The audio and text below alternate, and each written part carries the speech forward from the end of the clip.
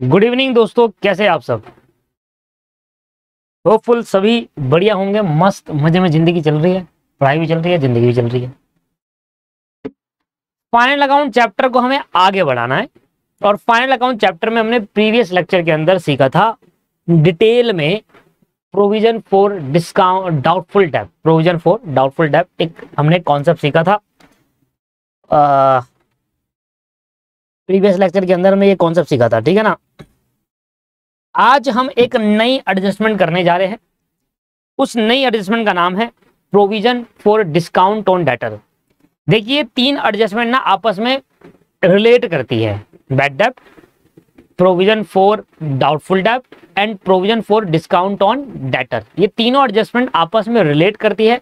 तो जब भी इन एडजस्टमेंट को पढ़ाया जाता है, एक साथ पढ़ाया जाता है। तो पिछली क्लास में मैंने आपको डाउटफुल डेब्ट वाली पढ़ाई, अब मैं आपको सिखा रहा हूं provision for discount on debtor. तो आइए एक नई एडजस्टमेंट लिखेंगे। इसके बाद मेरी दो एडजस्टमेंट और बच जाएगी। कोशिश करूंगा provision for discount on creditor भी आज ही पढ़ा दूं और दोनों एडजस्टमेंट खत्म करने के बाद एक ही बच जाएगी, मैनेजर कमीशन। चलिए आइए देखते हैं। अभी तो बस स्टार्टिंग है, देखते हैं इसमें कितना समय लगता है। पॉइंट क्या डालोगे? Provision for discount on debtor. Provision for discount on debtor. Provision for discount on debtor. इसका कॉन्सेप्ट क्या कहता है भाई? Provision for discount on debtor क्या कहता है दोस्तों? हमारी कंपनी है, ठीक है ना। एक हमारी कंपनी है, हमने कहा हमारी कंपनी ने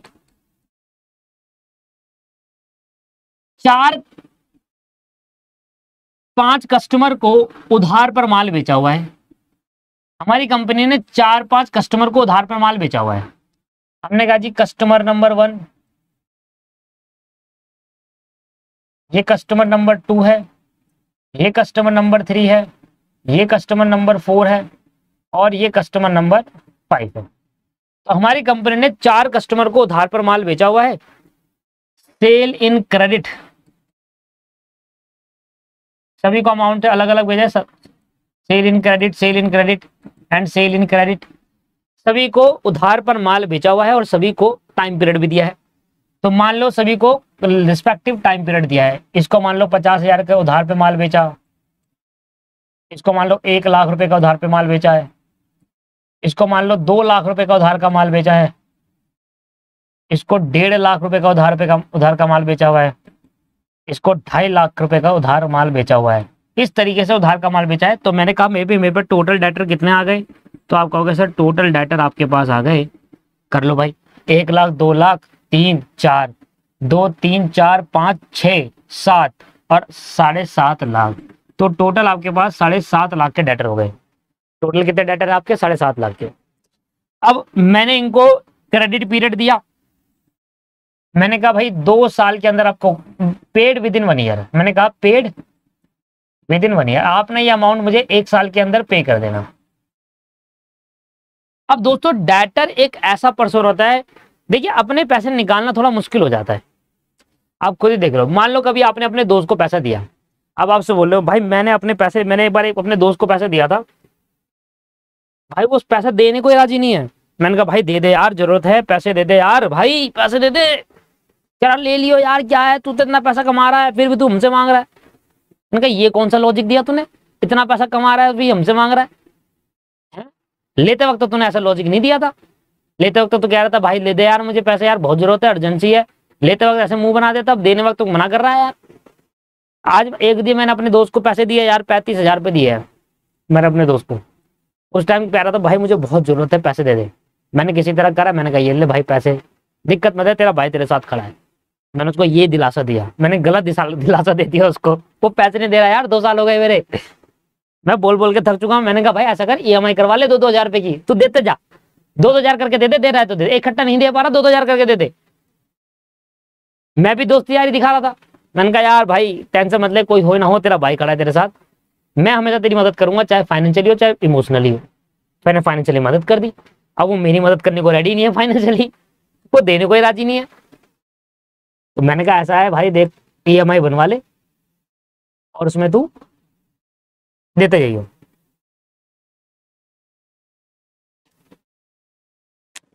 बहुत दुख है, बहुत दुख है यार। तो provision for discount on debtor में भी यही केस है। हमने कहा भाई देखो डेटर्स को पैसा दे दिया और उससे पैसा निकलवाना बहुत मुश्किल है। जैसे आप सभी जानते हैं दोस्तों से पैसा निकलवाना बहुत मुश्किल होता है, ऐसे ही डेटर से भी पैसा निकलवाना बहुत मुश्किल होता है।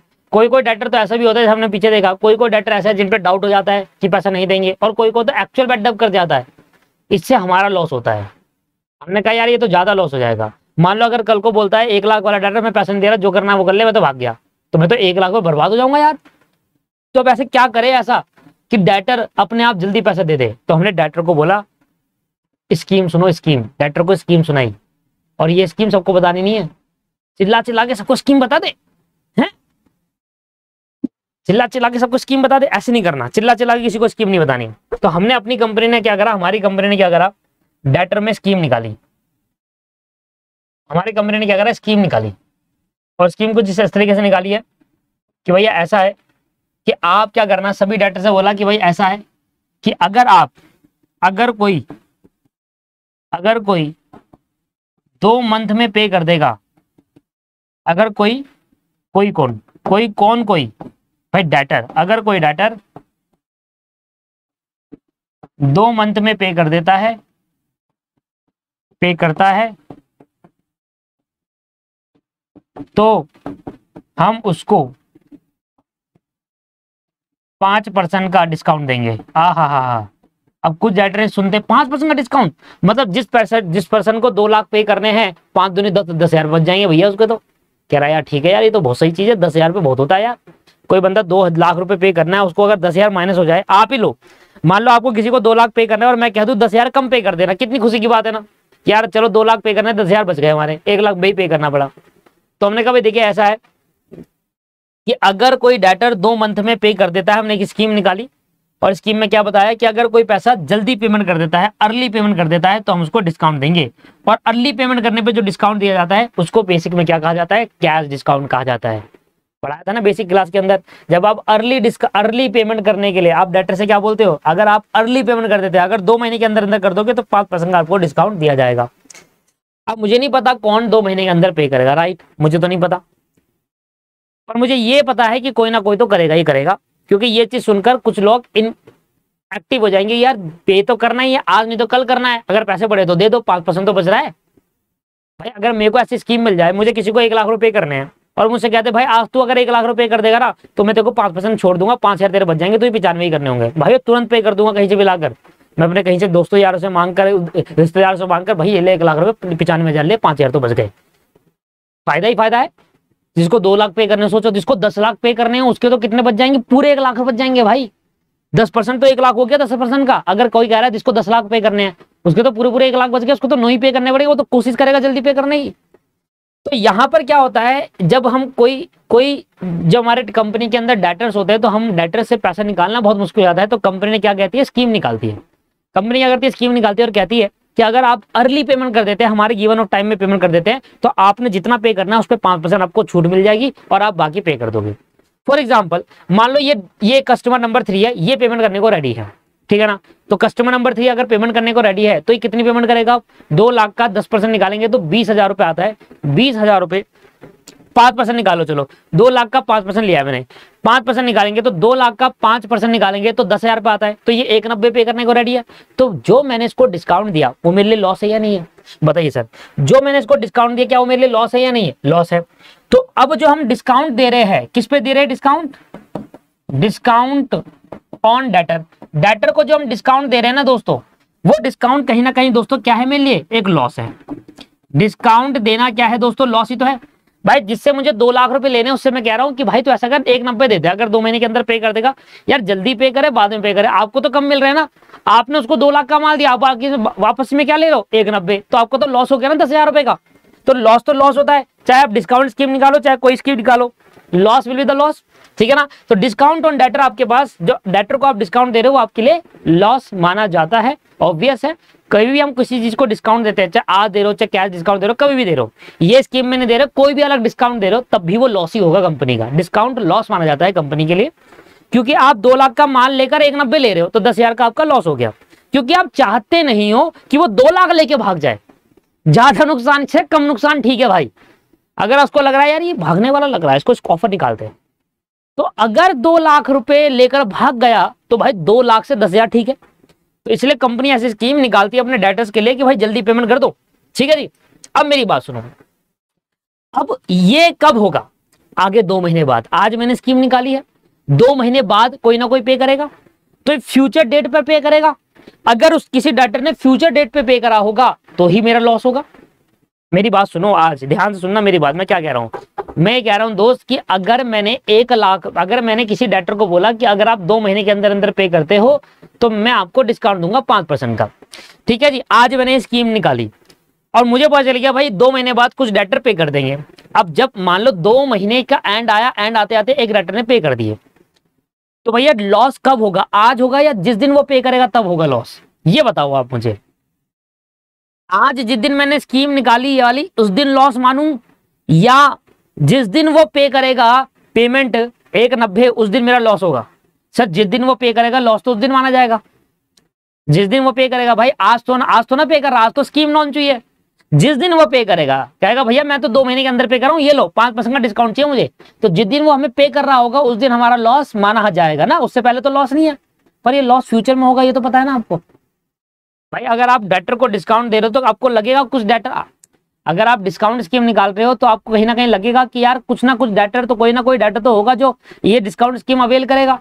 तो कहीं ना कहीं जब भी ये फ्यूचर में कोई भी पर्सन, कोई भी डेटर इस डिस्काउंट स्कीम को अवेल करेगा तो लॉस होगा फ्यूचर में। और प्रूडेंस कॉन्सेप्ट यहां पर फिर लगता है कि फ्यूचर में होने वाले लॉस को आज ही मान लो।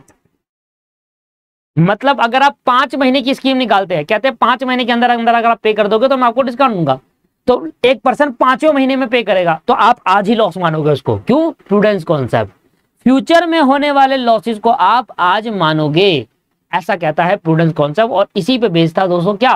Provision for discount, provision for doubtful date. तो इसलिए फ्यूचर में होने वाले लॉस को हम आज मानते हैं। और वो लॉस कैसे मानते हैं मैंने आपको बताया, उसको लॉस को डायरेक्टली हम नहीं डालते, पीएनएल अकाउंट बनाकर आज ही मैं डिस्काउंट ऑन डेटर नहीं कर दूंगा, क्या बोलूंगा? प्रोविजन बनाऊंगा, उतना पैसा मैं निकालूंगा, उतना पैसा मैं निकालूंगा, उतना पैसा मैं निकालूंगा प्रॉफिट से और बचा के रख लूंगा। फ्यूचर में जब भी कोई डेटर पे करेगा तो वहां लॉस होगा, उस लॉस को मैं अपने प्रोविजन से सेट ऑफ करा दूंगा। सेम कॉन्सेप्ट है, सोचने का नजरिया चेंज है, अकाउंटिंग ट्रीटमेंट बिल्कुल सेम है। प्रोविजन फॉर डाउटफुल डेट पे भी हम यही कर रहे थे कि हमारे को डाउट हो रहा था डेटर पे कि फ्यूचर में लॉस होगा, तो उसके लिए हम पैसा आज ही पीएनएल में से निकाल रहे थे। यहां पर भी ऐसे ही करेंगे, जिस दिन हमने डिस्काउंट स्कीम निकाली उस दिन ही हम क्या करेंगे, एक प्रोविजन बनाते हुए चलेंगे कि अगर फ्यूचर डेट पे किसी ने डिस्काउंट स्कीम अवेल करी तब हमें लॉस होगा, तो फ्यूचर में होने वाला लॉस आज ही मानो, ऐसा कहता है प्रूडेंस कॉन्सेप्ट। तो आज ही हम अपने कुछ पार्ट, जितना आपको लगता है, ये भी एस्टिमेट अमाउंट से आता है, ये भी कोई एग्जैक्ट अमाउंट से नहीं आएगा। मुझे कैसे पता कौन सा पर्सन डिस्काउंट स्कीम अवेल करेगा? तो मुझे तो पता नहीं है। तो ये भी एक एस्टिमेट होता है, अनुमान लगाया जाता है कि हाँ इतने % लोग, जैसे कि मैंने अनुमान लगाया कि 5% लोग, उस 5% का हमें लॉस हो सकता है डिस्काउंट देने पे। अनुमान लगा लिया एक कि आप जितने भी डाटा आएंगे हमारे को 10,000 का लॉस हो सकता है। तो जितना आपने अनुमान लगाया कि आप कितना मैक्स टू मैक्स डिस्काउंट दे सकते हो, कितना लगता है आपको कितना डिस्काउंट दोगे, आपने कहा 10-20 हजार होगा, तो उतने का आप प्रोविजन मेंटेन कर लो। तो इसको कहते हैं provision for discount on debtor, क्योंकि फ्यूचर में होगा लॉस, जिस दिन वो पे करेगा लॉस उस दिन होगा दोस्तों, जिस दिन वो डेटर पे करेगा लॉस उस दिन होगा। पर फ्यूचर में होने वाला लॉस आज मानते हैं प्रूडेंस कॉन्सेप्ट के हिसाब से। और लॉस कैसे मानेंगे? लॉस कैसे मानेंगे सर? लॉस मानेंगे प्रोविजन बनाकर, इसलिए इसका नाम पड़ गया provision for discount on debtor, provision for discount on debtor, provision for discount on debtor. जब भी फ्यूचर के लॉस आप आज मानते हो उसके लिए आप बनाते हो provision for discount on debtor. ठीक है जी, समझ में आ गई बात? ये है कॉन्सेप्ट। अब आप ये प्रोविजन कैसे क्रिएट करोगे? आप ये प्रोविजन क्रिएट कैसे करोगे? सेम तरीका है जैसे आप पहले क्रिएट कर देंगे, creating provision for discount on debtor. आप जो डेटर को डिस्काउंट देंगे वो लॉस होगा आपको, तो इसके लिए आज ही आप लॉस मान रहे हो तो आज ही आप प्रोविजन बनाकर चल रहे हो, तो इसके लिए आपका एंट्री क्या करने की, जब भी आप प्रोविजन बनाते हैं तो आपका प्रॉफिट कम होता है, तो PNL account debit to provision for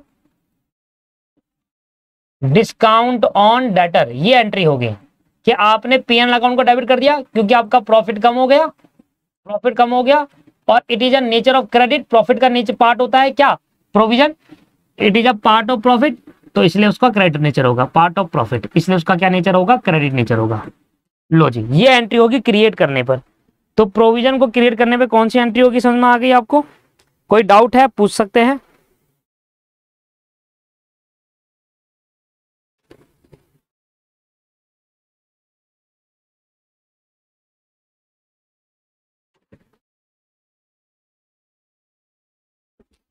ठीक है जी। तो दोस्तों यहां पर प्रोविजन क्रिएट करने की एंट्री समझ में आ गई। अब देखिए क्या होता है इस केस के अंदर, यहां पर डिपेंड करता है, यहां पर दो केस बनते हैं, इस वाले कॉन्सेप्ट में बनते हैं दो केस। क्या आपने, अब देखो क्या होता है, कोई कोई कंपनी क्या करती है, फ्यूचर में होने वाले लॉस का आप प्रोविजन बनाकर चलती है। अब ये डिपेंड करता है आपके ऊपर, भाई आपकी कंपनी है, आपको लगता है कि यार मैं डिस्काउंट स्कीम निकाल रहा हूं, जिस दिन मैं डिस्काउंट दूंगा उस दिन मैं लॉस मान लूंगा, मैं प्रोविजन नहीं बनाकर चल रहा। जैसे आपने डेप्रिसिएशन चैप्टर पढ़ा होगा तो वहां पर भी ऑप्शनल होता है ये चीजें कि आप पहले से प्रोविजन बनाकर चल रहे हो या पहले से प्रोविजन बनाकर नहीं चल रहे। यहां पर भी डिस्काउंट में कहता है इतना बड़ा भी लॉस नहीं है, ये 10,000 20,000 30,000 ज्यादा से ज्यादा कितना होगा, इतना लॉस होगा। या कंपनी टू कंपनी, जितनी बड़ी कंपनी उनके पास उतना बड़ा प्रॉफिट भी होता है, उतना बड़ा फंड भी पड़ा होता है। तो कोई कोई कंपनियां करती है ऐसे केस के अंदर, कहती है भाई ये इतना बड़ा लॉस नहीं है, और ये करती है इसके लिए प्रोविजन मेंटेन नहीं करती, कहती है यार फ्यूचर में होने वाला लॉस है, ठीक है ना, जिस दिन होगा उस दिन मैं लॉस मान लूंगा, मैं पहले से ही प्रॉफिट में से कुछ पार्ट निकाल के नहीं रख रहा। तो अगर कोई कंपनी पहले से ही प्रॉफिट में से कुछ पार्ट निकाल के नहीं रखती, हम कहते हैं वो company provision for discount on debtor maintain नहीं कर रही। तो ऐसे केस के अंदर क्या एंट्री होगी, ऐसे केस के अंदर बस ये होगा, जो भी डिस्काउंट आपने दिया वो डायरेक्टली पीएनएल अकाउंट में चले जाएगा, क्योंकि आपने उसका प्रोविजन बनाया नहीं। पर जिसके लिए आपने प्रोविजन बनाया, जब वो डिस्काउंट का लॉस होगा तो फिर प्रोविजन सेटअप होगा। यही मैंने भी सिखाया था आपको, बैड डेट में भी यही सीखा था हमने। बैड डेट अगर होता है और प्रोविजन मेंटेन कर रखा है, प्रोविजन आपके दिख रहा है, तो फिर बैड डेट का खर्चा लॉस प्रोविजन से सेटअप होगा, और अगर प्रोविजन नहीं है तो बैड डेट पीएनएल अकाउंट में ट्रांसफर हो जाएगा। वहां पर भी यही सिखाया था और यहां पर भी हम यही सीख रहे हैं। याद आ रहा आपको? अभी बैड डेट में भी तो यही सिखाया था मैंने कि अगर बैड डेट होगा, बैड डेट दिखा आपको, लिख रहा है 5,000 का बैड डेट है, तो आप चेक करो क्या प्रोविजन है या नहीं है। अगर प्रोविजन नहीं है तो बैड डेट को पीएल में ट्रांसफर कर दो, डेबिट साइड को लॉस मान लो, और अगर प्रोविजन है तो प्रोविजन में जाकर सेटअप कर दो। फिर मैंने आपको एक ट्रिक भी बताई थी, बड़ी सिंपल सी ट्रिक थी, और उससे चीजें आसान हो गई थी, और वही ट्रिक हम अपनाएंगे, ठीक है ना। पर मैंने आपको डिटेल कॉन्सेप्ट भी बताया हुआ है। कल को आपसे कोई पूछ दे कि भैया ये ऐसा, ये आपने ऐसा करा, ऐसा करा, मैंने आपसे कहा था प्रोविजन, ओल्ड प्रोविजन को क्या करो, कैंसिल कर दो, फिर बैड डेट पीएल में और न्यू प्रोविजन डायरेक्ट ला दो डेबिट साइड पे। ये तो चलो एक शॉर्टकट था, अकाउंटिंग का शॉर्टकट हो गया है इसमें, बट डिटेल भी मैं आपको करा चुका था। कल को ये ना हो कि कोई आपसे पूछे और आपको ना पता हो। हाँ, आपको ना पता होगा, ये आपकी गलती होगी, मेरी नहीं होगी, क्योंकि आप भूल गए होंगे। पर आप ये नहीं कह सकते कि आपके टीचर ने नहीं पढ़ाया है, उसको कहना कि भाई मेरे टीचर ने पढ़ाया था पर मैं भूल गया हूं, ठीक है। ऐसा क्या होता है ना, किसी कोई बड़ा आपसे पूछ ले कि बता ये बता ये बता, ये कैसे हुआ, ये डेबिट क्यों हुआ, आप नहीं भूल पाते, किससे पढ़ाया तूने, कैसे पढ़ा रहे यार टीचर, तो वहां ये भी कह देना कि पढ़ाया था टीचर ने, पर हमने नहीं, हमने या तो पढ़ा भूल गए या हमने नहीं ध्यान दिया। तो केस नंबर 1 करेंगे, और दोस्तों केस नंबर 2 करेंगे। केस नंबर 1 है when provision for discount on debtor, provision for discount on debtor is not maintain, आपने कोई प्रोविजन मेंटेन नहीं किया। When provision for discount on debtor is not maintained, आपने प्रोविजन मेंटेन नहीं किया। तो एक सिंपल सी कहानी यह है कि जब आप प्रोविजन मेंटेन नहीं कर रहे तो क्या होगा, जो भी आपका डिस्काउंट, जिस दिन आप डिस्काउंट दोगे उस दिन आपका लॉस हो जाएगा, ठीक है ना। अब मुझे बताओ, मान लो मैं आपका डेटर हूं, मैंने आपकी वो डिस्काउंट स्कीम अवेल करनी है, 5% के आपने डिस्काउंट रखा, ड्यू डेट पर मैंने पे कर दिया आपको। अब भाई 2 लाख पे करना, आप मुझे 5% का डिस्काउंट दोगे तो आपको मैं 2 लाख पे करूंगा पूरे, या 1,90,000 पे करूंगा? सर 1,90,000 पे करोगे। इसका मतलब जितना डिस्काउंट आपने मुझे दिया उतने से आपके डेटर कैंसिल हो गए, उतने से अब डेटर नहीं हो गए। आपकी बुक में 2 लाख का डेटर दिख रहा है, आपकी बुक में कितने के डेटर दिख रहे हैं, 2 लाख के डेटर दिख रहे हैं, पर आप इसमें से 5% डिस्काउंट दोगे तो इसमें 10,000 का जब आप डिस्काउंट दोगे तो ये पैसा डेटर नहीं देगा, तो आपको डेटर कैंसिल भी करना होगा ना 10,000 से, और डेटर कितना देगा, 1,90 तो देगा। तो जब आप डिस्काउंट दोगे डेटर को अपने, तो आपको 10,000 डिस्काउंट डेटर में से कम करने होंगे। क्यों करने होंगे, लॉजिक समझ में आ गया?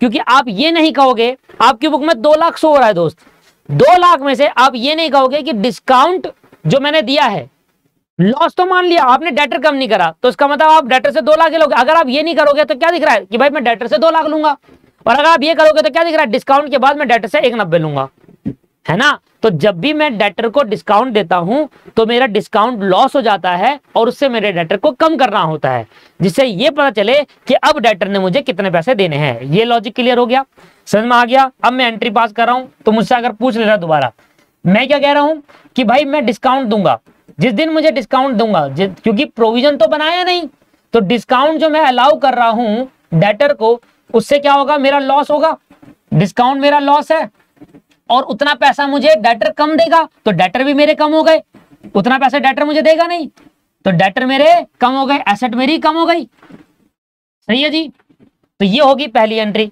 और आपने क्या करना है, जो आपका लॉस है, अब ये लॉस है, अब ये चेक करो क्या इस लॉस के लिए आपने पैसा पहले से निकाल रखा है, क्या पहले से प्रोविजन बना रखा है? नहीं बनाया, ऊपर लिखा हुआ है नॉट मेंटेन्ड, नहीं बनाया जी। तो कोई बात नहीं, अगर आपने बनाया होता तो मैं वहां एडजस्ट कर देता, नहीं बनाया ना, इस लॉस के लिए आपने कोई रिकवरी, लॉस रिकवर करने के लिए कोई मेंटेन नहीं करा ना प्रोविजन, सीधा सीधा पीएनएल में ट्रांसफर कर दो।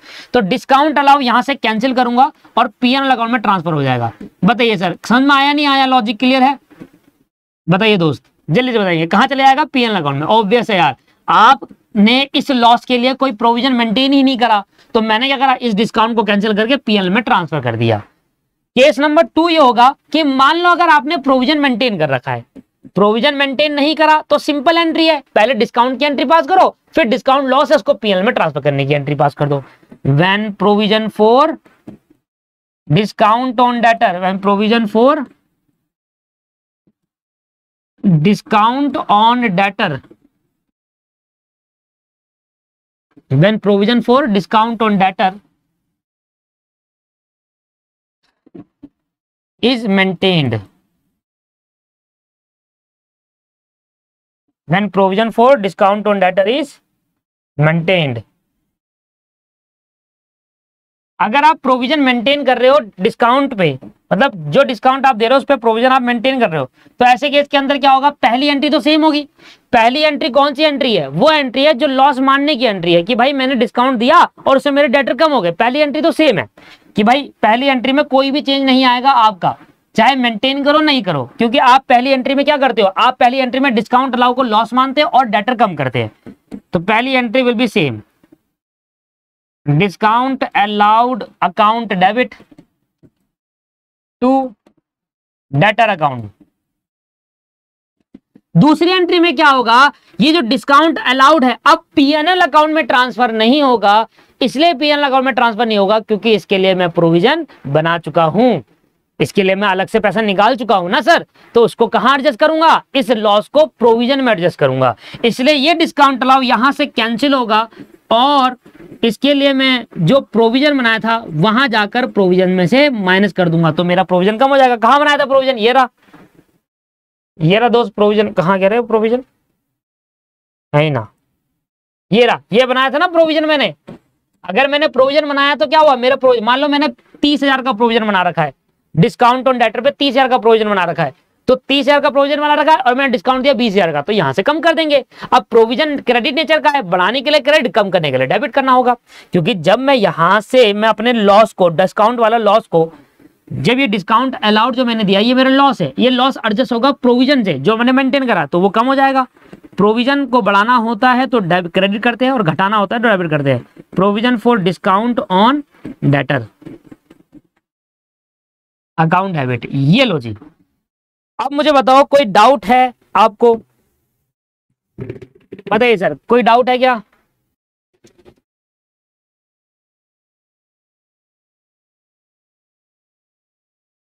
अब आ जाइए, तो अगर आप प्रोविजन मेंटेन कर रहे हो दोस्तों, तो ऐसे केस के अंदर आप जो लॉस होगा वो जिसके लिए प्रोविजन बनाया है उससे एडजस्ट करोगे। अगर प्रोविजन मेंटेन नहीं कर रहे तो ऐसे केस के अंदर लॉस जो होगा वो पीएल में ट्रांसफर कर देंगे। ये समझ में आ गया, क्लियर हो गया। तो प्रोविजन मेंटेन करोगे तो प्रोविजन में लॉस एडजस्ट होगा, और प्रोविजन मेंटेन नहीं करोगे तो लॉस पीएल में जाकर एडजस्ट होगा। अब सुनो ध्यान से, अब ये जो प्रोविजन का परसेंटेज, जैसे कि आपको ना पेपर के अंदर वैसे तो बहुत कम दिखेगा क्वेश्चन में, पर अगर दिखा तो परसेंटेज में होता है। कहता है कि provision for discount on, create a provision for discount on debtor at the rate 2%, ऐसे बोलता है। अब ये 2% है, ये किस पे लगाया जाएगा, किस अमाउंट पे लगाया जाएगा। जैसे कि हमने पीछे वाली क्लास में क्या पढ़ा था, प्रोविजन फॉर डाउटफुल डेट जो आपका 5-10% था, वो किस अमाउंट पे लगाया जाता है, रिमेनिंग डेटर्स पे लगाया जाता है, इसमें डेट माइनस हो जाता है। मतलब in which amount percentage of provision for discount on debtor applied, percentage of provision for discount on debtor applied। मैंने ये शुरुआत में आते ही कह दिया था कि bad debt, provision for doubtful debt और provision for discount on debtor, ये तीनों के तीनों आपस में इंटरलिंक करते हैं। अगर वो नहीं आएगी तो ये भी नहीं आएगा आपको समझ में। अब आ जाइए, सबसे पहले मैंने आपको क्या बताया था, सर सबसे पहले लिखो यहां पर डेटर, ठीक है ना। क्या लिखेंगे आप, सन्ड्री डेटर, मतलब टोटल डेटर आपके पास कितने हैं, वो टोटल डेटर आप यहां पर अमाउंट डाल देंगे। इसके बाद आपको क्या बताया था, भाई आप यहां से माइनस करना फर्दर बैड डेप्ट, आप यहां से क्या माइनस करेंगे, फर्दर बैड डेप्ट, मतलब जो बैड डेट हो चुके हैं उसको माइनस कर दो। अब आपके पास जो बच जाएगा उसको क्या बोलता हूं मैं, रिमेनिंग डेटर, रिमेनिंग डेटर। अब इसके बाद मैंने आपको बताया था भाई जो रिमेनिंग डेटर होते हैं ना उनमें होता है डाउट, डाउट किसमें होगा, मेरे रिमेनिंग डेटर में होगा। यही वाली बताई थी अभी क्लास प्रीवियस लेक्चर के अंदर। तो आप यहां से क्या माइनस करोगे, प्रोविजन फॉर डाउटफुल डेट, कि भाई देखो बैड डेट माइनस पहले इसलिए करा क्योंकि ये तो हो चुके हैं बैड डेट, इनमें थोड़ा डाउट होगा, इनमें तो कंफर्म बैड डेट हो गए। जो रिमेनिंग डेटर बच जाएंगे बैड डेट माइनस करने के बाद, जब रिमेनिंग डेटर बच जाएंगे इन पे मुझे डाउट होगा कि हाँ भाई ये बंदे पैसे शायद इसमें से कुछ परसेंट पैसे ले 10% है मान लो, तो ये इस पर अप्लाई करेंगे 10% और वो यहां डाल देंगे। डालने के बाद मैंने यहां पर बताया था ये जो अमाउंट आएगा ये शो होता है बैलेंस शीट में। इतना मैंने आपको समझाया था, है ना, इतनी बात मैंने समझाई थी। अब इसके आगे की कहानी सुनो। बताइए कौन से डेटर है, ये वो डेटर है जो हमें पैसा देंगे, क्योंकि मैंने बैड डेट वाले हटा दिए और जिन पर डाउट हो रहा था वो भी हटा दिया। अगर लेट सपोज फॉर एग्जांपल आप ये मान के चलो कि आपके पास दोस्तों ये मानते हुए चलो कि आपके पास 5 लाख के डेटर है, ठीक है ना, 5 लाख के डेटर में से आप मान के चलो आपके 30,000 के डेटर क्या हो गए, बैड डेट हो गए। तो अब आपके पास कितने डेटर बच गए, सर 4,70,000 के आपके डेटर बच गए। लेट सपोज कि आपको लग रहा है 10% डेटर पे डाउट हो रहा है, इन 4,70,000 में 10% ऐसे डेटर है जो डाउटफुल हो रहे हैं कि ये पैसा नहीं देंगे। तो 4,70,000 का 10% अगर कैलकुलेट करेंगे तो 47,000 रुपए के डेटर हमें पैसा नहीं देंगे। मैंने कहा चलो उनको भी हटा दो, अब मैंने इनको हटा दिया यहां से, तो अब आ गया 4,23,000। तो भाई ये वो डेटर है ना जो हमें पैसा देंगे। बताइए अब तो मैं कंफर्म हूं ना इस पे कि यार ये डेटर तो पैसा दे ही देंगे।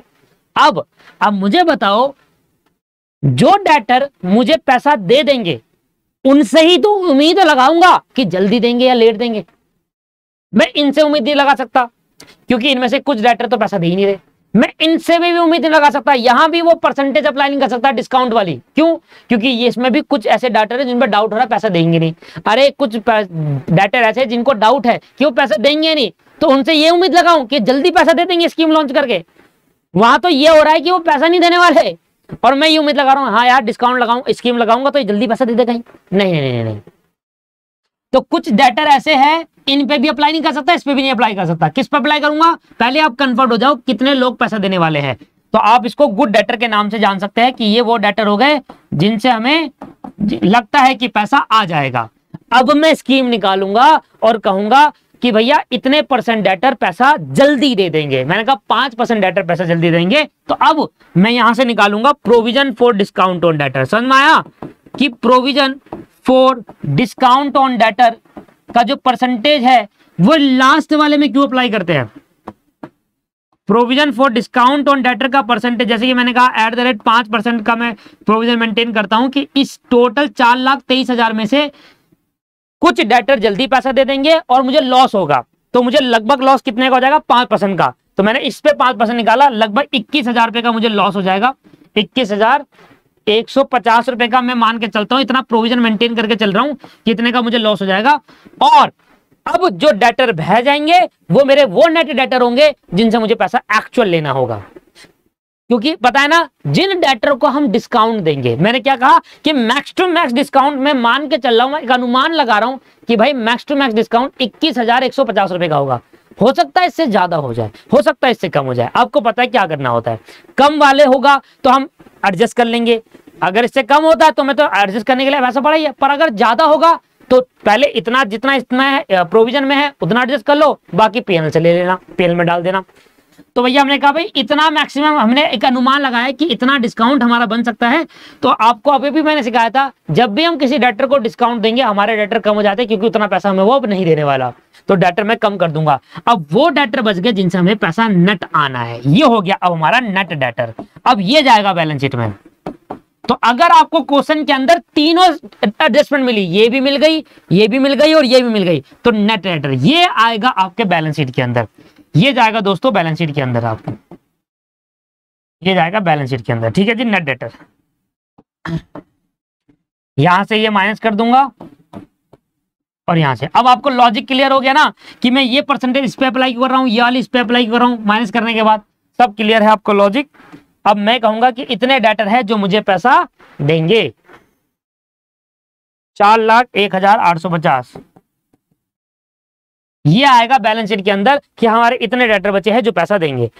ये फॉर्मेट उतार लीजिए दोस्तों, सन्ड्री डेटर लिखना है, फिर बैड डेट माइनस करना है, जो अमाउंट आएगा उस पर डाउटफुल डेट का परसेंटेज अप्लाई करना है, फिर वो माइनस कर देना है, जो आएगा वो गुड डेटर है जिनसे पैसा आना है, इन्हीं यही पैसे जल्दी भी देंगे, इसी पे निकालना है provision for discount on debtor का percentage.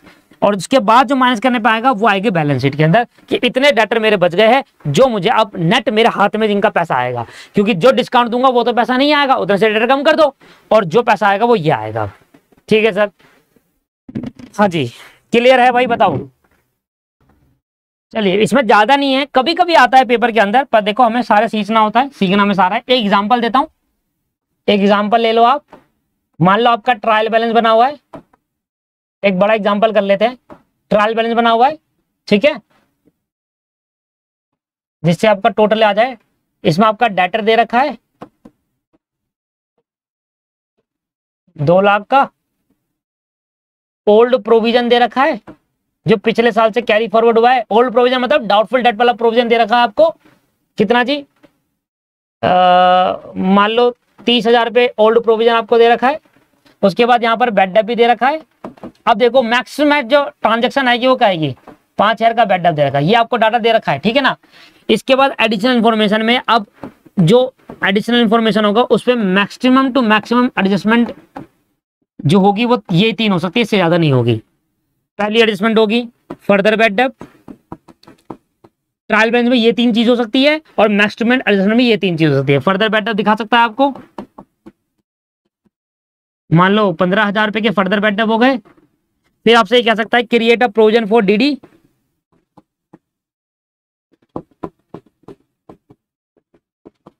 Create a provision for doubtful debt @ 10%। फिर आपसे कहेगा तीसरा create a provision for discount on debtor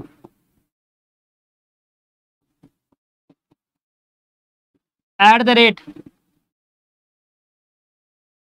create a provision for discount on debtor @ 5%।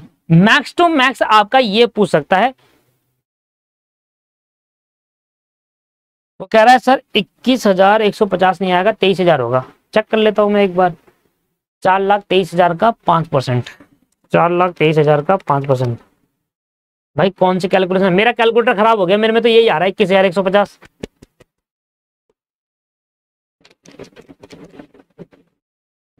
भाई मेरा कैलकुलेटर खराब हो गया है। एक स्टूडेंट बच्चा कह रहा है मैं सही आएगा।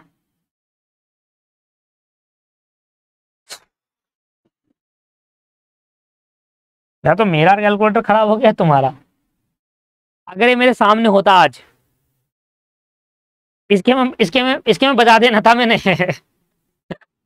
ये मेरे सामने होता ना आज, ये गया था, इसके 2-3 कोनी तो पिला ही देता मैं इसको कोनी पे। देखिए पीठ पे 2-3 कोनी तो लग जाती है अभी तक। अरे यार ये तो कॉमेडी हो गया। अरे अब मैं यहाँ पर 2 चीज बताऊंगा। अरे एक बात बताओ, मैंने आपको क्या समझाया था लास्ट में, जब क्लास हुई थी पिछली क्लास के लास्ट में, मैंने आपको क्या समझाया था बताओ। प्रीवियस लेक्चर के अंदर लास्ट में मैंने आपको समझाया था कि सबसे पहले आप ओल्ड प्रोविजन को ही कैंसिल कर दो, है ना। और कैंसिल करने का लॉजिक क्या दिया था कि जैसे आपने निकाला तो डेबिट करा था, ओल्ड प्रोविजन कैंसिल कर दो। इससे क्या होगा, इससे आपका कोई प्रोविजन बचेगा नहीं, तो सारा बैड डेब्ट का खर्चा डायरेक्टली यहां डाल देना। ये हो गया बैड डेब्ट। 5,000 का यहां पर है, और फर्दर बैड डेब्ट आपका यहां आ गया, फर्दर बैड डेब्ट 15,000 का, तो आपके पास आ गया 20,000 रुपए का बैड डेब्ट। इसके बाद यहां पर आ जाएगा न्यू प्रोविजन बनाना पड़ेगा ना, न्यू प्रोविजन निकालना पड़ेगा, मुझे नहीं पता कितना है, तो मैं न्यू प्रोविजन यहां पर लिखूंगा, निकाल लूंगा न्यू प्रोविजन, ठीक है ना, ऑन डीडी। और यहां पर एक नया आएगा क्या, provision for discount on debtor. Sir निकालोगे नहीं इसका provision, discount on debtor, provision for discount on debtor भी तो निकालोगे दोस्त। बस इन दोनों के लिए वर्किंग नोट। अच्छा ये जो न्यू प्रोविजन है ये है डाउटफुल डेब्ट वाला, और ये डिस्काउंट वाला। ये कितना परसेंट था, 10%, और ये कितना था, 5%। अब कैलकुलेट कर लेते हैं। ये हो गई मेरी एडजस्टमेंट। यहां तक मैं सिखा चुका था आपको, देखो यहां तक तो मैं आपको सिखा चुका था इतना वाला पार्ट। फिर ये नया चीज आ गया। नया चीज क्या है, अगर आपने डिस्काउंट ऑन डेटर का प्रोविजन बना रखा है, डेबिट साइड में डाल के प्रोविजन बना लो और एसेट बैलेंस शीट में डाल लो। अब ये बैलेंस शीट की मान लो एसेट साइड हो गई, ये मेरी एसेट साइड होगी बैलेंस शीट की, ठीक है ना। अब यहां से मैं कैलकुलेशन करना चालू करूंगा, इधर देखना आप। सबसे पहले लिखो डेटर। डेटर आपको कितना दे रखा है क्वेश्चन के अंदर, डेटर कितना दे रखे, 2 लाख के डेटर है, 2 लाख के डेटर लिखो। आपको पता है ना ट्रायल बैलेंस के अंदर जो बैड डेब्ट होता है, इसका मतलब है कि ये 2 लाख में 5,000 माइनस हो चुका है।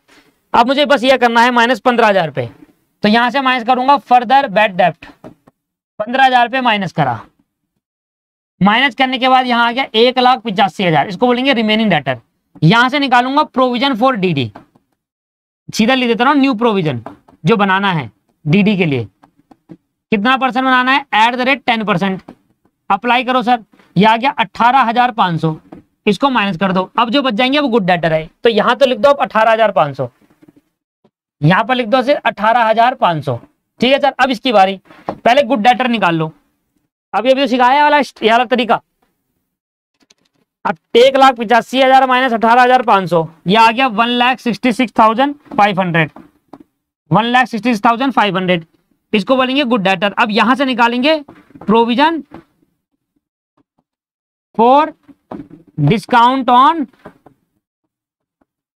Debtor, provision for discount on debtor at the rate 5%। Apply करो इस पे 5%, 1,86,000 का 5% ये आएगा 8,325, माइनस कर दो और ये बच जाएगा नेट डेटर जो पैसा हमें देंगे।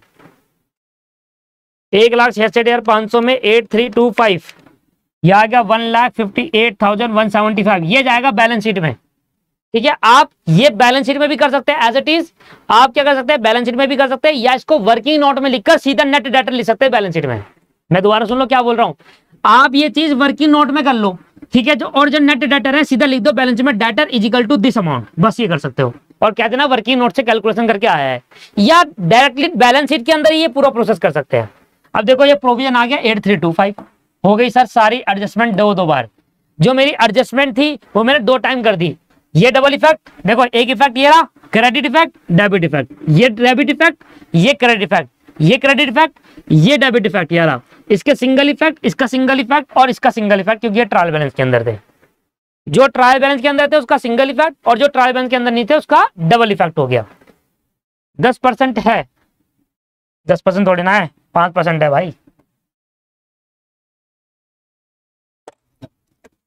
लो जी खत्म हो गया सर ये वाला क्वेश्चन।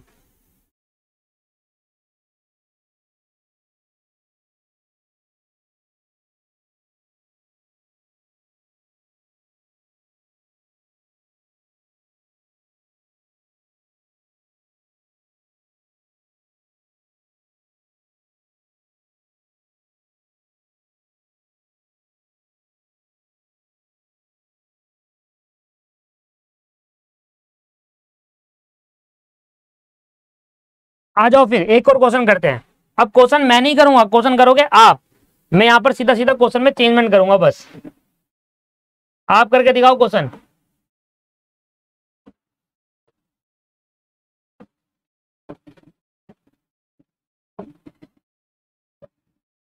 @7.5%, @2%, ये 10,000 रुपए, डेटर 5 लाख रुपए के, प्रोविजन 50,000 रुपए का, और बेड आपके पास आ गया 10,000 रुपए का, ये आपके पास 20,000 रुपए का। आपको क्वेश्चन के अंदर ये बताना है, सुनो, आपको 3-4 चीजें बतानी है मुझे। ये क्वेश्चन आपके लिए होमवर्क में आपको बताना है, जो ये प्रोविजन फॉर डीडी है ये वाला, इसका अमाउंट क्या होगा, प्रोविजन फॉर डीडी का अमाउंट क्या होगा।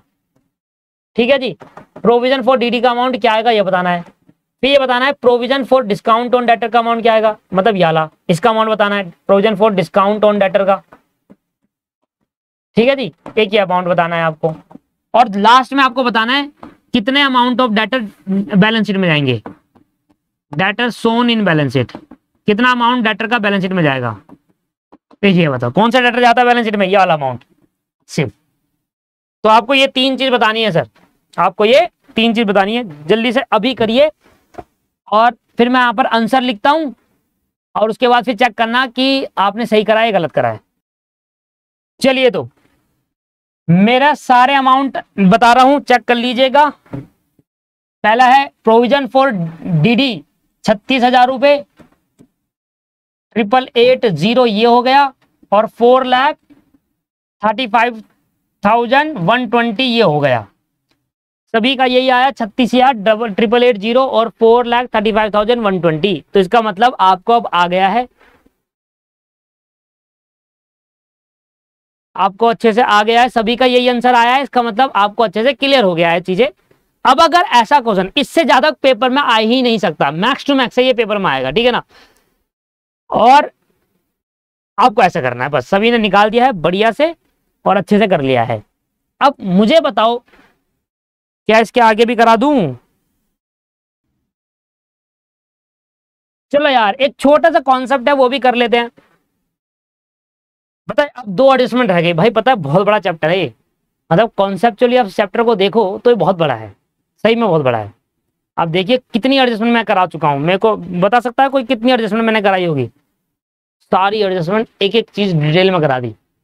और जब एक चैप्टर बहुत अच्छे से हो जाता है ना, मुझे बहुत खुशी होती है। ये चैप्टर बहुत टाइम से पढ़ाया जा रहा हूँ, खत्म ही नहीं हो रहा।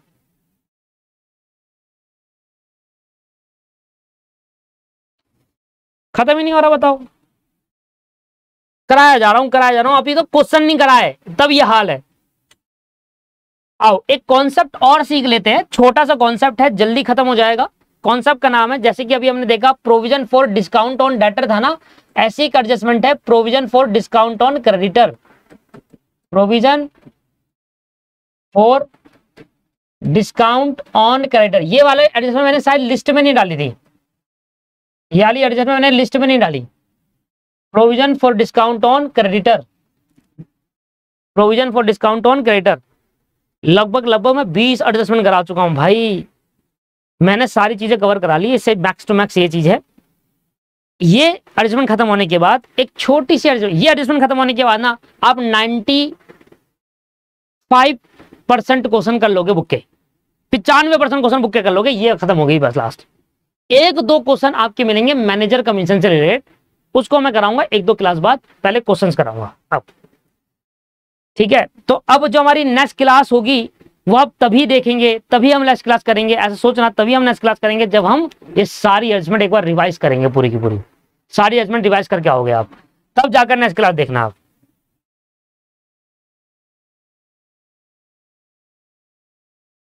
अब ये वाला कॉन्सेप्ट ना थोड़ा अटपटा सा लगता है मुझे, अब है तो यार पढ़ाना पड़ेगा। देखो अटपटा सा क्या है, हम कह रहे हैं provision for discount on creditor. अब मैं आपको चीजें बताता हूं, ये प्रोविजन, ये वाला जो कॉन्सेप्ट है, ये हमारे एक सिद्धांत को तोड़ता है, एक सिद्धांत को तोड़ रहा है, ये कॉन्ट्राडिक्ट करता है एक प्रिंसिपल को। कौन सा प्रिंसिपल? Prudence concept. इस प्रिंसिपल को कॉन्ट्राडिक्ट कर देता है। सर कैसे? मैं आपको समझाता हूं, देखिए ध्यान सुनना, अगले 10-15 मिनट ध्यान सुनो, इस कॉन्सेप्ट को समझो और खत्म करेंगे इसको भी, ठीक है। अब सुनो, ये हमारा बिजनेस है, ठीक है, हमने क्या करा, एक सप्लायर से उधार पर माल खरीदा। हमने क्या करा, एक सप्लायर से उधार पर माल खरीदा, purchase on credit, purchase on credit. मान लो 50,000 रुपए का मैंने उधार पे माल खरीदा है और इस सप्लायर ने मुझे क्रेडिट पीरियड दिया है 1 साल का। इस सप्लायर ने मुझे 1 साल का क्रेडिट पीरियड दिया है, ठीक है। इस सप्लायर ने मुझे 1 साल का क्रेडिट पीरियड दिया हुआ है। तो बिजनेस है हमारा, सप्लायर से हमने उधार पर माल खरीदा। तो अब ये सप्लायर मेरे लिए कौन है, क्रेडिटर है। ये कौन है सर, क्रेडिटर। ये सप्लायर मेरे लिए कौन हो गया, क्रेडिटर हो गया, ठीक। अब बिजनेस के पॉइंट से, हमारा बिजनेस है, बिजनेस के लिए सप्लायर कौन है, क्रेडिटर है। अब भाई मुझे पता है क्या बोला सप्लायर ने। सप्लायर ने एक बार मुझे कॉल करा और हमें कॉल करा, हम बिजनेसमैन है, हमें कॉल करा, हमसे कॉल करके आता है कि अगर आप जल्दी पैसे दे दो, अगर आप जल्दी पेमेंट कर दोगे, कर दो, तो आपको 5% का डिस्काउंट देंगे। किसको डिस्काउंट मिलेगा, हमको। तो डिस्काउंट देने वाला कौन है सर, डिस्काउंट देने वाला कौन है, सप्लायर। तो सप्लायर डिस्काउंट देगा, ये डिस्काउंट देगा। और किसको देगा, हमें देगा, क्योंकि पेमेंट करने वाले तो हमें। तो डिस्काउंट हमें मिलेगा, डिस्काउंट रिसीव्ड होगा हमें। और डिस्काउंट रिसीव्ड कब होगा, जब हम जल्दी पेमेंट कर देंगे। अब ये जल्दी क्या है, कह रहा है 1 महीने में पे कर दो, 1 साल में ना करके 1 महीने में अगर पे कर दोगे तो मैं आपको 5% का डिस्काउंट दूंगा, ऐसा कह रहा है सप्लायर हमसे। हमने माल खरीदा है उधार पर, ठीक है। और अगर हमने उधार पर माल खरीदा है तो हमें पेमेंट करनी है। और उसने कहा, हमने पेमेंट करने का टाइम मांगा 1 साल, वो कह रहा है 1 महीने के अंदर कर देते हो तो 5% का डिस्काउंट ले लेना। तो अगर कह रहा है कि 50,000 की पेमेंट है तो 50,000 में आपको 50 पूरे नहीं करने होंगे। अगर आप 1 महीने के अंदर पे कर देते हैं, 50,000 में 5% निकालोगे, 2500 आप कम कर लेना, 47,500 कर दो। तो ऐसा कहने लगा। मैंने कहा ठीक है, अब मैं सोच के बताता हूं आपको, अभी तो 1 महीना है। अब यहां पर ये कह रहा है, अब देखो ये डिस्काउंट दे रहा है और ये हमें डिस्काउंट मिल रहा है। हमारे लिए डिस्काउंट रिसीव क्या है, इनकम। अब यहां पर कहता है कि ये जो डिस्काउंट रिसीव्ड है ना, ये फ्यूचर में इनकम होगी, 1 महीने बाद होगी ना। 1 महीने जब होगा, मान लो 1 महीना नहीं, आप मान के चलो 3 महीने में अगर पे कर देते हो तो 3 महीने लगो।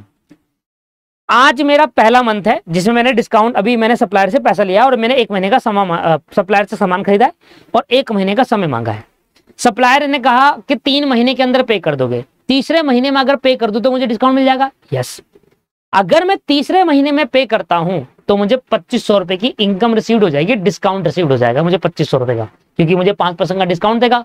मुझे 50,000 पे नहीं करने होंगे, 47,500 पे करने होंगे, मुझे 2500 रुपए का डिस्काउंट मिल जाएगा अगर मैं तीसरे महीने में पे करता हूं। अच्छा, तो पे मैं आज नहीं करूंगा, तीसरे महीने के एंड में करूंगा, मेरे दिमाग में सेट है, मैं करूंगा, मुझे ये स्कीम चाहिए। और मैंने सोचा, हमने सोचा, हम बिजनेस है ना, तो हमने सोचा कि हम तीसरे महीने में पे करेंगे, हमारे पास पैसा था, हम पे कर देंगे तीसरे महीने में, हमने डिसाइड कर लिया है।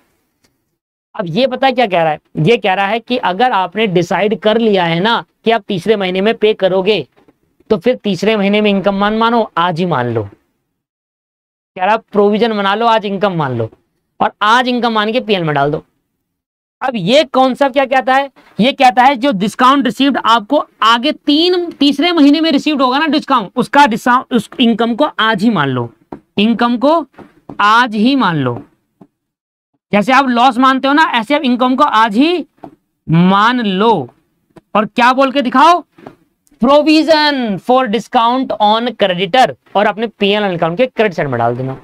कैसे इनकम मानूंगा, मैं कहूंगा पीएनएल अकाउंट बनाऊंगा, और पीएनएल अकाउंट बनाकर मैं यहां पर लिख दूंगा बाय, इनकम है ना, इनकम माननी है, by provision for discount on creditor, ऐसे कहकर। और जितने की मेरी इनकम होनी है, जैसे कि 2500 होनी है, तो वो 2500 की इनकम आज ही मान लो। पर ये इनकम कब होगी, जब मैं तीसरे महीने में पे करूंगा, मतलब इनकम मुझे 3 महीने बाद होगी, तीसरे महीने में होगी। और वो कह रहा आज ही मान लो, फ्यूचर की इनकम को आज मान लो। अब बताओ कौन सा प्रिंसिपल तोड़ा इसने, कंजर्वेटिज्म प्रिंसिपल। प्रूडेंस कॉन्सेप्ट को नेग्लिजेक्ट कर दिया इसने। प्रूडेंस कॉन्सेप्ट साफ साफ मना करता है। प्रूडेंस कॉन्सेप्ट कहता है फ्यूचर में होने वाले लॉस को आज मानना है, फ्यूचर में होने वाली इनकम को नहीं मानना। और ये कह रहा है फ्यूचर में जो इनकम होगी वो आज मान लो। क्या है पढ़ रहा है, पता है ऐसे क्यों कह रहा है? देखिए प्रिंसिपल तो तोड़ रहा है, मैंने जैसे कि आपसे कहा ये वाला कॉन्सेप्ट कह रहा है प्रिंसिपल तो आपका कॉन्ट्राडिक्ट कर रहा है। और दूसरा इफेक्ट क्या होगा, देखो ये तो हो गया इसका क्रेडिट इफेक्ट, ये इसका कौन सा इफेक्ट हो गया, क्रेडिट इफेक्ट हो गया, आपको पता हो तो, है ना, पीएनएल अकाउंट के क्रेडिट साइड में। अब इसका दूसरा इफेक्ट बता दो क्या है, बैलेंस शीट बनाओगे, बैलेंस शीट में लायबिलिटी साइड होगी, लायबिलिटी साइड में क्रेडिटर आपके दिख रहे होंगे सप्लायर नाम का, कितने का, 50,000 रुपए का। इसमें से माइनस कर देना वो प्रोविजन जो आपने इनकम आनी है, provision for discount on creditor, ऐसे करके आप 2500 यहां से माइनस कर देना, आप 2500 यहां से माइनस कर देना और बाहर पर डाल देना अमाउंट, यहां पर बाकी डाल देना 47,500, ऐसे करना। और देखो लायबिलिटी साइड को जो कम कर दे उसका अपना नेचर होता है डेबिट इफेक्ट। हो गए दोनों इफेक्ट, ऐसे कह रहा है करने को। लायबिलिटी साइड को जो कम कर दे, ये पीएनएल अकाउंट के क्रेडिट साइड में गया तो ये तो क्रेडिट इफेक्ट हो गया, याला तो क्रेडिट इफेक्ट हो गया। और क्रेडिटर भी तो कम होंगे, क्या मुझे अब 50,000 पे करने होंगे, नहीं, मुझे अब 47,500 पे करने होंगे, तो मैं अपने क्रेडिटर 2500 से कम कर दूंगा, भैया मुझे अब इतने नहीं पे करने, मुझे 47,500, क्योंकि मैंने तो कंफर्म डिसाइड कर ही लिया है कि मैं जल्दी पे करूंगा ही करूंगा। मेरे माइंड में डिसाइड हो चुका है कि मैं तीसरे महीने में पे करूंगा, और जब मैं तीसरे महीने में पे करूंगा तो मुझे इनकम तो होनी है। सही है, ये है कॉन्सेप्ट कि कहता है अगर आपने डिसाइड कर लिया है कि आप तीसरे महीने में पे करोगे तो आपको डिस्काउंट मिलेगा ही मिलेगा, और डिस्काउंट मिलेगा तो तीसरे महीने में डिस्काउंट रिसीव की एंट्री मत पास करो, आज ही डिस्काउंट रिसीव इनकम मानकर उसका प्रोविजन के नाम से इनकम शो कर दो और क्रेडिटर से माइनस कर दो। जब तीसरे महीने में आप पे करोगे, जब तीसरे महीने में आप पे करोगे ना, तब डिस्काउंट रिसीव पीएल में मत डालना, इस अकाउंट में डालकर अर्ज खत्म कर देना, क्योंकि पीएनएल में डाल तो दिया दोस्त, पीएनएल अकाउंट में आपने 2500 डाल तो दिया, इनकम मान तो ली। अब जब तीसरे महीने में आप पे करोगे तो डिस्काउंट की एंट्री पास करोगे। ठीक है जी, क्या एंट्री पास करोगे डिस्काउंट की? देखो तीसरे महीने, अभी आपने इनकम मान ली आज, और किस नाम से इनकम दिखाई, प्रोविजन नाम से। अब मान लो तीसरे महीने में, जिस तीसरे महीने के एंड में आपने पेमेंट करी, जिस दिन ड्यू डेट थी उस दिन आपने पेमेंट कर दी, लास्ट दिन पे ही आपको डिस्काउंट चाहिए था, तो आपने क्या करा होगा, पेमेंट करने के लिए आपने क्या होगा, क्रेडिटर को कैंसिल कर दिया होगा, क्रेडिटर अकाउंट सारे डेबिट कर दिए होंगे, 50,000 से पूरा कैंसिल। इसके बाद आपने कैश में पेमेंट कर दी होगी या बैंक से, कितना, 47,500, और फिर आपको डिस्काउंट रिसीव मिल गया 2500 रुपए। अब क्योंकि ये डिस्काउंट रिसीव्ड क्या होता है, साल के एंड में ये सारा जो भी इनकम है मेरी पीएल में जाती है, तो क्या होगा, डिस्काउंट रिसीव यहां से डेबिट करके डिस्काउंट रिसीव्ड अकाउंट डेबिट कर देंगे 2500 से, यहां से कैंसिल करके पीएनएल अकाउंट में ट्रांसफर कर देते थे, ये एंट्री पास कर देते थे, है ना। अगर मैं कह रहा हूं कि मेरा प्रोविजन नाम की कोई भी चीज नहीं बना रहा मैं, अगर मैं कोई भी प्रोविजन नहीं बनाता, अगर मैं प्रोविजन मेंटेन नहीं करता, ये वाली एंट्री कब होगी, नो प्रोविजन, कोई भी प्रोविजन नहीं बना रहे हो आप ऐसी इनकम की, नो प्रोविजन मेंटेन्ड। अगर आप कोई भी प्रोविजन नहीं बना रहे तो आप क्या कहोगे, आपका जो इनकम है डिस्काउंट रिसीव का, वो आप अपने पीएनएल के क्रेडिट साइड में डाल के आप इनकम मान लोगे। पर क्योंकि आप प्रोविजन बना लिया, अब प्रोविजन बनाने का मतलब क्या है, आप ऑलरेडी इनकम मान चुके, तो अब ये डिस्काउंट रिसीव इनकम में मत डालना, पीएनएल में मत डालना, क्या करना, प्रोविजन में डाल देना। तो अगर आप प्रोविजन बना रहे हो इस इनकम का, प्रोविजन बनाने का मतलब क्या है, अगर आप प्रोविजन बना रहे हो इस इनकम का, तो प्रोविजन बनाने का मतलब क्या है कि आपने इनकम पहले ही मान ली है। देखो ना, पीएनएल में डाल तो दिया 2500 रुपए, तो आप ये डिस्काउंट रिसीव्ड अब पीएनएल में मत डालना। तो अगर आप प्रोविजन बनाओगे तो ये एंट्री पास करेंगे, इफ प्रोविजन मेंटेन्ड। अगर आपने प्रोविजन बनाया, अगर आपने दोस्तों प्रोविजन मेंटेन किया, तो आप क्या करना, ये डिस्काउंट रिसीव डेबिट साइड में डालकर कैंसिल करना, पर पीएनएल में मत डालना, क्योंकि पीएनएल में ऑलरेडी प्रोविजन डल चुका है। तो फिर कहां डालना, provision for discount on creditor के अकाउंट में डालना, और वहां जाकर जो इनकम आपने पहले ही मान ली थी और अब जो इनकम आनी उसको सेटअप कर देना, खत्म कहानी। इस तरीके से 2500 वहां चले जाएगा। तो दो केस यहां पर भी बनते हैं। पहला केस बनता है कि आपने प्रोविजन बना रखा है, अगर प्रोविजन नहीं बना रखा तो केस नंबर 1, तब तो आप पीएल में डाल दो डायरेक्टली।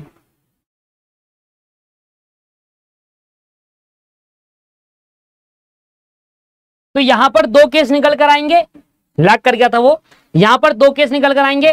पहला केस ये कि अगर आपने प्रोविजन मेंटेन नहीं कर रखा, ऐसी कोई इनकम आपने पहले प्रोविजन के नाम पे शो ही नहीं करी, कोई प्रोविजन मेंटेन नहीं करा। प्रोविजन मेंटेन करने का मतलब क्या है, आप इनकम पहले ही मान रहे हो। तो अगर आपने प्रोविजन नहीं बना रखा तो आप क्या करना, ये डिस्काउंट रिजर्व को सीधा सीधा पीएल में डाल देना, जैसे बेसिक क्लास में करते हुए आए। जैसे सोचो कि हमने कभी प्रोविजन का नाम पे कुछ सुना ही नहीं इसका चीज, तो आप इनकम क्या करते थे, साल के एंड में इनकम को पीएल में ट्रांसफर करके क्रेडिट में भेज देते थे। पर अगर आप पहले से प्रोविजन बना रहे हो, उसका मतलब क्या है, पहले से प्रोविजन बनाना इनकम के लिए क्या मतलब है कि आप इनकम पहले ही मान चुके हो। और अगर आप इनकम पहले ही मान चुके हो तो फिर आप अपने डिस्काउंट रिजर्व को पीएल में ना भेजकर उस प्रोविजन में जहां पर इनकम मिली थी वहां भेजना पड़ेगा। तो आप provision for discount on provision for discount on creditor का अगर मैं अकाउंट बनाऊंगा ना, तो पता है कैसे बनेगा, तो ये कुछ इस तरीके से बनेगा। जब आप प्रोविजन इनकम मानोगे तो क्या होगा, प्रोविजन की इनकम मानने पे कहां जाएगा, पीएनएल अकाउंट क्रेडिट हो जाएगा और प्रोविजन फॉर डिस्काउंट और डेबिट, इसकी एंट्री पास करना, प्रोविजन टू पीएनएल। तो provision for discount on credit, provision for discount on creditor debit हो जाएगा और पीएनएल क्रेडिट हो जाएगा, क्योंकि आपने इनकम मान ली, यहां डाल दो। डेबिट हो जाएगा किसके वजह से, पीएनएल अकाउंट में आपने इनकम शो कर दी, इसको 2500 रुपए। और फिर डिस्काउंट रिसीव्ड डेबिट हो जाएगा किसके वजह से, provision for discount on creditor, तो ये क्रेडिट हो रहा है किसके वजह से, डिस्काउंट रिसीव की वजह से, यहां पर आ जाएगा। तो अगर आप डिस्काउंट रिसीव यहां जाकर 2500 रुपए और ये सेटअप हो जाएगा आपस में, दोबारा आपने इनकम शो नहीं करनी, ऐसे होगा ये, समझ में आया। तो अगर आपने प्रोविजन माना तो आपने इनकम पहली मान ली, तो ये आपने इनकम पहली मान ली, और जो अब माननी थी वो आपने यहाँ अकाउंट में भेज के सेटअप कर दी, और ये कह दिया कि हम ऑलरेडी मान चुके हैं इनकम, तो यहाँ पर हमने इस वाले डिस्काउंट रिसीव को पीएल में ना भेज के यहाँ भेज कर सेटअप कर दिया। ये है दोस्तों पूरा ये ट्रीटमेंट है। पर ये जो कॉन्सेप्ट है, ये कॉन्सेप्ट आपका कॉन्ट्राडिक्ट करता है principle of conservatism, prudence concept को कॉन्ट्राडिक्ट करता है, तोड़ता है। अब इसका एक लॉजिक मैं देता हूं कि ऐसा इन्होंने क्यों बोला कि फ्यूचर में होने वाली इनकम को आज मानो। देखिए पेमेंट करनी है हमें, है ना, और जब हमें पेमेंट करनी है तो हमें, अगर हमने डिसाइड कर लिया है कि मैं 3 महीने की मैं पे कर दूंगा, तो पक्का कंफर्म्ड इनकम होगी, क्योंकि पेमेंट करना मेरे हाथ में है। पर अगर मुझे 3 महीने में करनी है तो करनी है, और मैं डिसाइड कर चुका हूं कि मैं 3 महीने में ही करूंगा, तो अगर मैं जब 3 महीने में करूंगा तो मेरी इनकम तो कंफर्म्ड है ही ना, मुझे तो डिस्काउंट मिलेगा ही मिलेगा, क्योंकि मैं पहले से डिसाइड कर चुका हूं कि ये डिस्काउंट तो मुझे चाहिए। तो यार बाद में इनकम मानने से अच्छा आज ही मान लो, क्योंकि होगी कंफर्म्ड है ये तो, क्योंकि ये किसी और के हाथ में नहीं है ना कि वो पे करेगा नहीं करेगा, ये तो मेरे हाथ में है कि अगर मैं 3 महीने के अंदर पे कर दिया, जो कि मैं कंफर्म्ड कर चुका हूं, जो कि मैं सोच चुका हूं कि मैं पे करूंगा ही, तो ऑब्वियस है 3 महीने में क्या इनकम रिकॉर्ड करोगे, आज ही मानो ना, क्योंकि आपके हाथ में है। इसलिए ये एक अकेला लौता कॉन्सेप्ट है जो प्रूडेंस कॉन्सेप्ट नहीं मानता, क्योंकि यहां पर आपके हाथ में होता है पेमेंट करना, और डिस्काउंट कमाना भी हमारे हाथ में होता है। अगर आपको डिस्काउंट कमाना है तो ऑब्वियस है आप पे करोगे, तो आपने डिसाइड पहले ही कर लिया है, तो बाद में इनकम ना मान के अभी मान लो इनकम। समझ में आया ऐसा क्यों करा इस कॉन्सेप्ट में, मैंने आपको बता भी दिया है। मुझे बताइए क्या आपको ये लॉजिक समझ में आया इस वाले कॉन्सेप्ट का, कोई डाउट है? सिंपल कुछ नहीं करा, जो डिस्काउंट रिसीव 3रे महीने में इनकम माननी थी वो हमने पहले मान ली। क्यों? क्योंकि हम कंफर्म थे कि हमें चाहिए ही चाहिए डिस्काउंट। अगर हमने डिस्काउंट पहले ही मान लिया, फिर बाद में जिस दिन पेमेंट करके डिस्काउंट रिसीव होगा उसको पीएल में डालकर प्रोविजन अकाउंट में डालेंगे। और अगर हमने प्रोविजन बनाया ही नहीं, हमने पहले कोई इनकम मानी ही नहीं, तो जिस दिन आप पेमेंट करोगे उस दिन जो डिस्काउंट रिसीव होगा उसी दिन पीएल में जाएगा। 2 केस है, प्रोविजन नहीं बनाओगे, प्रोविजन नहीं बनाने का मतलब आपने पहले इनकम नहीं मानी, इसको पहले पीएल में डाला ही नहीं, तो जिस दिन पेमेंट करोगे उस दिन जब डिस्काउंट रिसीव होगा उस दिन पीएल में डाल देना। और अगर आपने प्रोविजन बना रखा है, इसका मतलब क्या है प्रोविजन बनाने का, provision on discount on credit का मतलब क्या है बनाने का, कि आप इनकम पहले ही रिकॉर्ड कर चुके हो।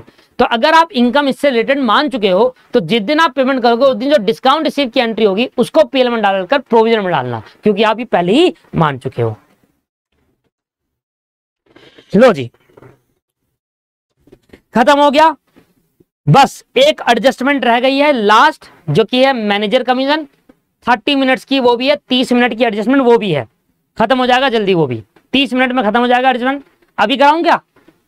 जान नहीं बची, नहीं कहो तो मैं करा दूं, कह रहे नहीं ठीक है 1 घंटा बहुत है, बोर हो जाओगे तुम। नया मैनेजर कमीशन थोड़ा अच्छा कॉन्सेप्ट है, रटने वाली चीजें नहीं बताऊंगा, डिटेल में चर्चा करेंगे तो आधा घंटा, वैसे तो 10 मिनट में खत्म हो जाता है वो, पर मैं थोड़ा आधा घंटा लगाकर चर्चा करूंगा, तो ऑटोमेटिकली आपको अच्छे समझ में आएगा। तो वो हम डिस्कस करेंगे अपनी फर्दर क्लासेस के अंदर। अभी इतनी एडजस्टमेंट कंप्लीट होने के बाद आपके सारे क्वेश्चन हो जाएंगे, एक दो को छोड़कर, जहां पर मैनेजर कमीशन होगा आपके सारे क्वेश्चन हो जाएंगे। तो अब मेरा होमवर्क सुनो आप। पहला होमवर्क ये है कि अगली क्लास मत देखना, अगली क्लास में मत आना, अगली क्लास मत देखना, रिकॉर्डेड वाले हैं, अगली क्लास मत देखिए, ठीक है जी। पहले मैंने जितनी भी एडजस्टमेंट कराई है पूरी रिवाइज करो, लिख लिख कर रिवाइज करो, पूरी पूरी रिवाइज करने के बाद फिर करो बुक के क्वेश्चंस वाला क्वेश्चन छोड़ देना जहां पर कमीशन से रिलेटेड बात हो रही होगी, बाकी सारे क्वेश्चन हो जाएंगे, उसके क्वेश्चन ट्राई करो। फिर नहीं होते तो फिर आगे क्लास कंटिन्यू करके क्वेश्चन देखिए। खत्म करते हैं आज की क्लास को और मिलते हैं नेक्स्ट क्लास के अंदर। नेक्स्ट क्लास तभी देखना जब अच्छे से रिवाइज हो जाए। मैं फिर कह रहा हूं, बार बार कह रहा हूं, नेक्स्ट क्लास में अगर मैं क्वेश्चन कराता हूं तो क्वेश्चन में लॉजिक नहीं बताने वाला। मैं लॉजिक के लिए 20 एडजस्टमेंट अलग से पागलों की तरह बताइए आपको मैंने। तो आप में से ये उम्मीद बिल्कुल मत रखिएगा कि क्वेश्चन के टाइम पर भी मैं लॉजिक बताऊंगा आपको। अगर आप भूल गए हो लॉजिक क्या है, ट्रायल बैलेंस में क्या होता है, इसमें क्या होता है, डेबिट क्यों होता है, क्रेडिट क्यों होता है, तो रिवाइज करिए दोस्त, क्योंकि वो इसीलिए तो बताया, ये 10-12 क्लास लगाई इसलिए है कि आपको लॉजिक अच्छे समझ में आए। नहीं तो मैं पागल थोड़ी ना था, मैं क्वेश्चन के साथ साथ ही वहीं बता देता यार, मेरा चैप्टर ही खत्म हो जाता है 10 क्लास में। मैं एक क्वेश्चन कराता, उसमें 4 एडजस्टमेंट होती, 4 एडजस्टमेंट का लॉजिक वहीं पेल देता, मैं क्वेश्चन भी जाता, लॉजिक भी हो जाता। पर मैंने ऐसा नहीं करा, मैंने पूरी एडजस्टमेंट अलग से आपको समझाई। समझाने के बाद अब मेरे से आप उम्मीद मत रखिएगा क्वेश्चन कराते टाइम इसका लॉजिक बताऊं। मैं सीधा सीधा ऐड करूंगा, सीधा सीधा लेस करूंगा, वहां से डिडक्ट कर दूंगा, वहां से डिडक्ट कर दूंगा, समझाऊंगा कि हाँ ये डेटा किस लिए हुआ है, पर आपको पता होना चाहिए, आपके माइंड में तभी हिट करेगा जब आप रिवाइज कर चुके होंगे। ठीक है सर, बाकी मैंने आपको बोल दिया है, आप रिवीजन करिए, जितनी एडजस्टमेंट मैं करा चुका हूं उसका रिवीजन करके ही नेक्स्ट क्लास वॉच करेंगे। Bye bye, take care, have a nice day.